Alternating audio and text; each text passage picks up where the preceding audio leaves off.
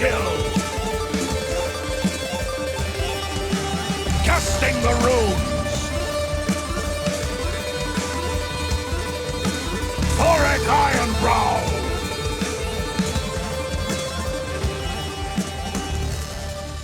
I have to say, a dwarf rework is not something that I expected at all, and I'm guessing a lot of people in the community are the same way. But here we are, Dwarfs have had a rework for their runes system. Thorek Ironbrow is here to showcase that. I'm up against a Samurai Warrior once again. He's taken the High Elves, and let's talk about Thorek. So on the Anvil of Doom, he picks up physical resistance of 25%, giving him effectively 25% damage resistance when you also factor in his magic resistance here, missile resistance as well, and his item I've taken because, you know, High Elves may take some units that deal fire damage, plus 15 armor and 10% flame resistance in an AoE. Anvil of Doom also gets you this Locus of Power. You guys, if you watch my Malagor video from yesterday, you will have seen him miscasting when he did a drive-by, or rather fly-by Cygor summon. And it does just automatically generate a small miscast whenever an opponent casts within a 100-meter radius of him, which is pretty huge. Forge Fire as well now has been changed to just be a minus 15 armor, much better than it was before. If he specifically is in melee, this is unique to Thorek. He gets minus 5 ability recharge every 5 seconds. You definitely want him fighting in order to keep these runes on cooldown, because the runes do act as spells. So if we go ahead and take a look here and pause briefly, you can see they are actually in the spell browser. Yes, there's a brand new runic magic system, and they do not use Winds of Magic, of course. Rather, it is, for any of you guys who have played like WoW or other MMOs, a global cooldown. So every time you use a rune, all the runes go on a 60-second global cooldown, and each rune also has its own cooldown, right? And to get the master version of the rune, all you have to do is overcast it. And so you can see here we've got Rune of Negation, 40% damage resistance on a single target, overcast for additional duration. Rune of Oath and Steel, plus 30 armor in an AoE, and plus 60 armor on a overcast or a master rune. Rune of Wrath and Ruin now is an explosion damage spell, does fire, non-magic damage actually, I guess just fire damage, large explosion area, weak against armor. Actually says large explosion area, it's actually pretty small. We've also got Rune of Breaking here, extra weapon damage, armor piercing, and armor sundering, which can be situationally pretty good, I think. And the two, well, I brought Rune of Wrath and Ruin. Spoiler alert, I'm not going to use it. The two that I will use is Rune of Speed. This one in particular, great for Dawi. They tend to have pretty poor melee attack, and when combined with his own map-wide melee attack rune, that again is not a rune spell, this one here, Rune of Speed, plus 24 attack and plus 45% speed. Okay, so I get that this is, you know, going to be pretty good on dwarfs for them by themselves, but think about the possibilities for this in 2v2 real quick. Like, could you imagine a Bretonnian Cav Blob with plus 45% speed and 24 melee attack? Like, wow, okay, anyway. And then this last one, Rune of Slowness, is basically what Rune of Wrath and Ruin was changed into at a certain point. Gives a nice slow on a single target. Overcast for a greater effect on speed and greater duration. This one, Overcast, again, greater duration. You get it. Anyway, quick explanation over. Let's now get to the battle here. Up against High Elves, I've decided to go with a kind of wider infantry build. We've got quite a few Dwarf Warriors with great weapons, in two, actually. Quite a few miners with blasting charges. Dwarf Warriors in the front line. We've got the Peak Gate Guard to receive some melee attack buffs and try and beat down some Elves. I've got 2 units of Slayers, Dragonbacks, and a regular Slayers way up here. Cannons as well. And of course, let's quickly talk about the Engineer. They've had a significant rework. They pick up ammo refills. Yes, just like the Gunnery White, now Master Engineers for the Dwarfs can refill ammo. I'm going to use that here to refill miners with blasting charges, specifically the Ekron's miners, because they have extra volleys of charges, so I'm going to make good use of that with them. They also get the Flash Bomb. It's been taken away from Grombrindle, given to the Master Engineer. Now castable at a 75-meter range, has a kind of small area of effect, but nice 60% speed, charge speed, and melee defense. Also still has Fire Ring of Thori. Basically, the Master Engineer is going to be a meta character now. You'll need at least one in every single Dawi build. You saw 2 there in the game before against Malagor yesterday, if you did watch it. I don't know if 2 is necessarily going to be the best in most situations, but we'll see. Right now, just kind of casting that Rune of Slowness. There it is on those Lion Chariots, so they get absolutely blown up. We've got some Lion Infantry, Lion Chariots, Tyrion on foot. Caster as well, looks like Lore of High Magic, so yeah, the Rune of Slowness already proving dividends as that Lion Chariot gets absolutely destroyed. Charges in the front line against the foul Elves. As the other infantry moves in, where's Thorek himself? Thorek's up here, recharging his runes in melee. Fighting the Elves, yes. Administering a beatdown. The magic damage especially will be really nice against the Rangers. Obviously, armor piercing is great against the Lions. So there you go. There's the charges being thrown on an initial volley. Fiery Ring of Thori as well, cutting through the Elves there. They are pushing through, though. White Lions definitely breaking some miners already. I'm having to detach some units to the back line to manage. And there's the big map-wide melee attack buff. So we see the Peak Gate Guard go up to 81 melee attack. And even miners, 44 melee attack, can suddenly make some contact, armor-piercing contact on those White Lions. So really like that big map-wide Dawi timing push. I think that's going to make Thorek a very strong Lord choice. Given that your infantry actually has some offensive power. A little bit overblobbing here on these White Lions, but going to kind of pull him back. I do need to watch out. Thorek's a pretty good combatant, but he's not on Tyrion's level by any means, so Tyrion just very much superior combat.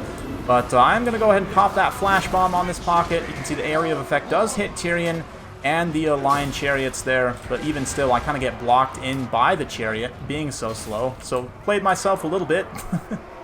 That's fine. One of the Lion Chariots eventually does come back and break these miners again and sort of see off the crew. Mostly, we'll see. The Bolt Thrower, maybe a little bit of friendly fire there, also trying to take out the cannons. But at this point, I think, yeah, we've got that Rune of Speed melee attack buff. Hitting the miners here. Did hit these Dwarf Warriors as well. So again, 46 melee attack, 40 melee defense for a unit that costs 450 points with 80 armor. That's ridiculously cost effective. That, for a long time, has been one of Dawi's biggest weaknesses. Obviously, besides lack of mobility, which is still a problem. I mean, you still don't have any mobile units, but at least the melee attack deficiency is very much made up for. And you can see these Ekron's miners are still throwing charges. I've refilled ammo on them, I think, once or twice already. We'll watch. We'll keep the unit card kind of banners and stuff up to see when that happens. You can see the effect on these White Lions here, even with their missile resistance. That being said, Master Engineer did take some nasty shots from Tyrion. Tyrion, again, faint riposte, like 107.96, just ridiculous stats. No way Thorek can compete with him, so we're going to try and screen with the Peak Gate Guard. Oof. Nice work there. Looks like the Ekron's miners, they do get the Rune of Doom. What is that? 51 melee attack. They don't have the best weapon strength, but still, again, good armor piercing. We get some hits. I do love the Peak Gate Guard, too, with Thorek. Like, it just seems so appropriate. They're extra runic hammers. They even fit with his color scheme very well. I mean, they're a little more blue than his stuff. But it's kind of a, you know, nice shade. And if you look at his throne as well, it's like the same shade of blue, right? Right there, right there. Anyway, graphic design stuff no one cares about. It's Flash Bomb and Rune of Slowness. So Tyrion now at 4 speed. Minimum, there's a minimum speed that you can get to. I think it's like 90, 96% something. I don't remember. Anyway, Tyrion's there, though, and still just smacking Thorek in the face. So that's rough. But hey, there's more charges. You saw them out before. Now they have more charges. So although we didn't catch it in action, Engineer just tossing a packet of bombs over there. You know, satchel of grenades, if you will. And it does refill a little bit. They don't have too much more to give, but it's something. And they did generate an insane amount of value. I mean, keep in mind, Ekron's miners, 600 points, but 1,000 damage value already. And primarily, I mean, they have been fighting melee combat a little bit with the attack buffs. Once again, Rune of Speed, up to 41 speed on Peak Gate Guard. And again, like, if I cast this on Slayers, it'll give them a pretty significant speed buff. But I really think the speed portion of Rune of Speed is going to be insane in 2v2s. But even just the melee attack portion of it will be very good for Dwarfs, especially given that it's an AoE. And I do think like Hammers and Slayers are going to be obviously the best, most ideal recipients, because they already have good weapon strength, but they also already have pretty good melee attack. Even like wide lines of, again, Dwarf Warriors, Miners, Longbeards, any of the kind of lower to mid-tier Dwarf Infantry doesn't have that great a melee attack. Heck, even like Rangers with great weapons in a pinch, if they get caught out in a fight, you could maybe use it on them to actually get some melee damage out of them before they die. You know, there's just a lot of possibilities that get opened up with this new runes system. So, I'm a huge fan. Again, I really did not expect this at all from Creative Assembly, so big thanks to them. And it's going to be interesting. You know, some people will be disappointed by everything. We had like a little mini dev Q&A, and they said, like, literally, we can't do everything. Like, if we don't do everything, some people are going to be disappointed, so... But to be honest, for what they are giving us, this is, again, the biggest update. I feel like I say that every time, but they just... Creative Assembly keeps just upping the ante. They keep raising the bar for themselves, which is, you know, then they've got to achieve that, which is, I think, why we have such high expectations for Total War Warhammer 3. But it's because of things like this, right? Like Creative Assembly just going above and beyond, really, in my book. Get it in the book? I feel like this is definitely one big grudge satisfied, though.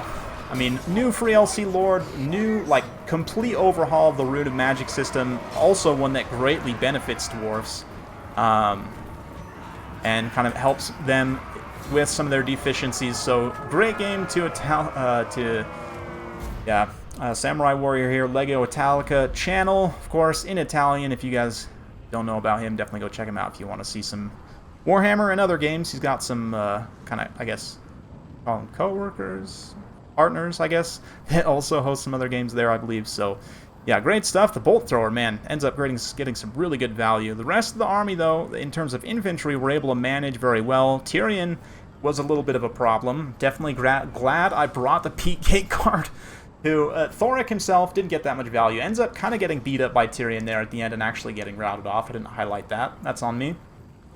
But, yeah, he did survive. The Engineer also got greatly beat up there, but the Peak Gate Guard ended up carrying in the end. Of course, I still had the Slayers alive as well, so it was probably going to... I probably had enough to beat down Tyrion regardless, but the Peak Gate Guard also, a lot of their value coming from, again, support buffs from him, just mowing through hordes of infantry extra fast. Ekron's Miners with the extra charges from the Engineer do a great job. And Dwarf Warriors, look at this, 755 for a Dwarf Warrior. Like, when's the last time you saw that in a multiplayer game? Honestly, the melee attack buffs are so strong.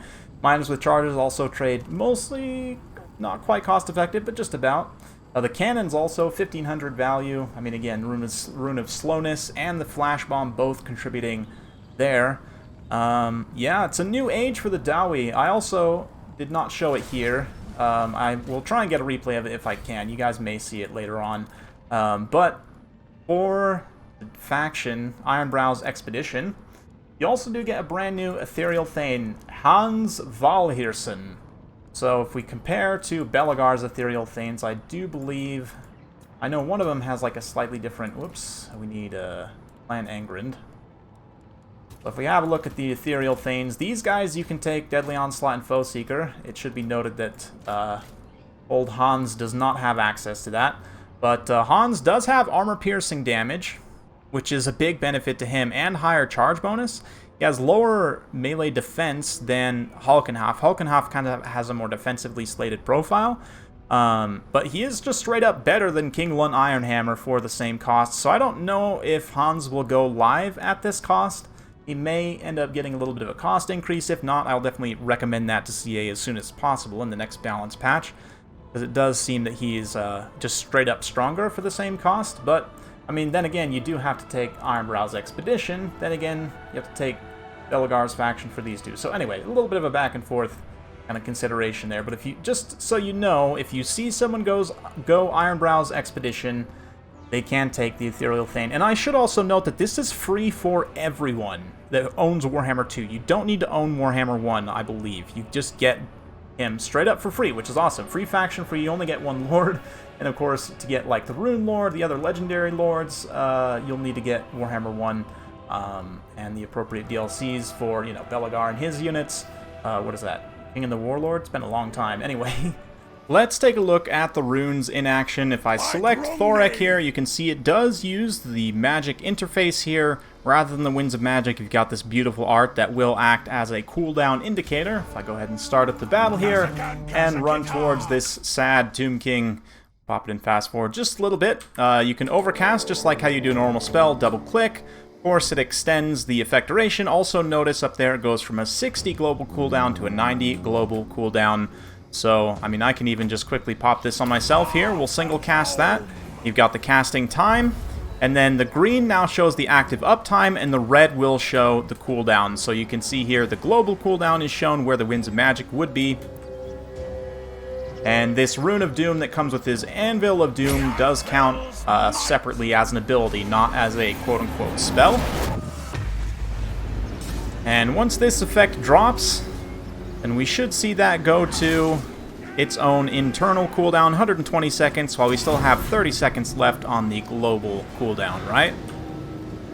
And this ability here technically should be giving, there it is, a little bit of ability recharge time. Every time this little thing ticks, you should get an additional, well, you see it ticks, and then in the red zone is when it's actually recharging. So every time it ticks to the green, you should see a -5 duration on all those abilities. You can see all the other runes are already almost off cooldown there.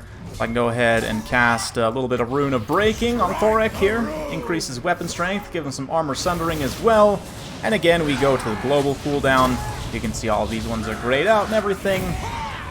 And again, the Master of the Ancient Lore recharging. The fact that cooldowns are now listed on the UI card here is very, very good. That's an improvement they've made. And for casting especially, that is awesome for me. I can see that abilities are on cooldown. You do not see the global cooldown, unfortunately, and like you don't see the spells on cooldown, but abilities at the very least will be listed there. So, very cool stuff. Hopefully you guys learned something, enjoyed. If you did, be sure to like the video, subscribe, hit that bell notification button for more early access content. Thank you again. See you next time.